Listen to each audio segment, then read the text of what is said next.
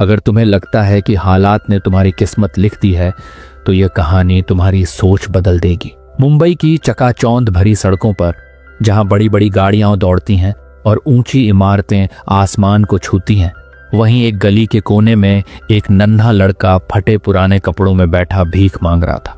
उसकी आंखों में लाचारी थी, लेकिन अंदर कहीं एक ऐसी आग थी जो उसे बाकी सबसे अलग बनाती थी। नाम था अमन। किसी को अंदाजा भी नहीं था कि एक दिन यही लड़का, जो पेट भरने के लिए लोगों के दिए हुए सिक्कों पर निर्भर था, करोड़ों का मालिक बनेगा। लेकिन यह कोई किस्मत का खेल नहीं था, ये उसकी मेहनत, हौसले और कभी हार ना मानने की जिद की कहानी है।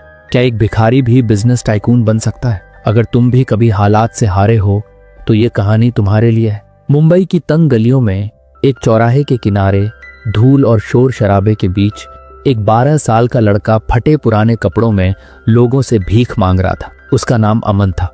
हर सुबह वह सड़क किनारे बैठ जाता और राहगीरों से खाना या पैसे मांगता। कभी कोई दया कर देता तो कभी गुस्से से भगा देता, लेकिन वह जानता था कि अगर उसने मेहनत नहीं की तो वह भूखा मर जाएगा। अमन अनाथ था। जब वह 6 साल का था तब उसके माता पिता एक एक्सीडेंट में गुजर गए थे।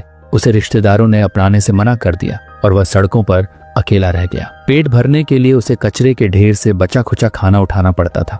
कई बार दुकानदार उसे डांट कर भगा देते थे, कभी पुलिस उसे पकड़ लेती थी तो कभी वह भूखे पेट फुटपाथ पर सो जाता। लेकिन एक चीज जिसने उसे बाकी भिखारियों से अलग बनाया, उसकी आंखों में चमक और सपने। जब बाकी लोग हालात से हार मान लेते थे, अमन सोचता था, क्या मैं हमेशा इसी तरह जीऊंगा? एक दिन अमन फुटपाथ पर बैठा था जब एक बुजुर्ग आदमी, मिस्टर शर्मा, ने उसे देखा। वह अमन की आंखों में कुछ अलग देख सकते थे, एक जिद, कुछ करने की चाह।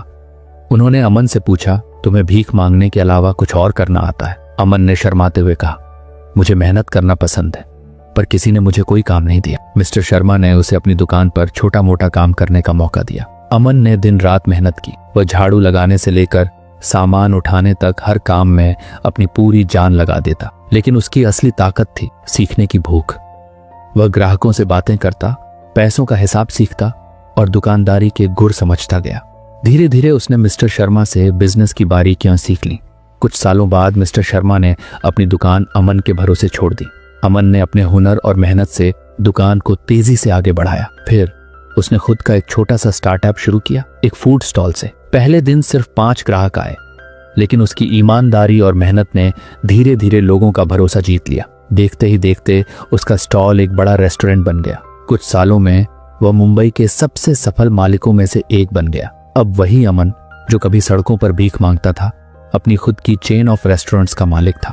अमन की कहानी हमें यह सिखाती है कि कोई भी इंसान हालात से बड़ा होता है। गरीबी, तकलीफें और मुश्किलें हमें रोक नहीं सकती, जब तक कि हम खुद हार मानने का फैसला न कर लें। सपने देखना आसान है, लेकिन उन्हें पूरा करने के लिए मेहनत और जिद की जरूरत होती है। अगर एक बैगर बिजनेस टाइकून बन सकता है, तो तुम अपने सपने पूरे क्यों नहीं कर सकते? इस कहानी में एक अनाथ लड़के की मजबूरी, उसकी हिम्मत, उसकी तकलीफें और उसकी जीत सब कुछ है। यह हमें रुलाती भी है और प्रेरित भी करती है। अमन की कहानी सिर्फ उसकी नहीं है, यह हर उस इंसान की कहानी है जो हालात से लड़कर अपने सपनों को जीता है। क्या आप भी अपने सपनों के लिए उतनी ही मेहनत कर रहे हैं? कमेंट में जरूर बताएं।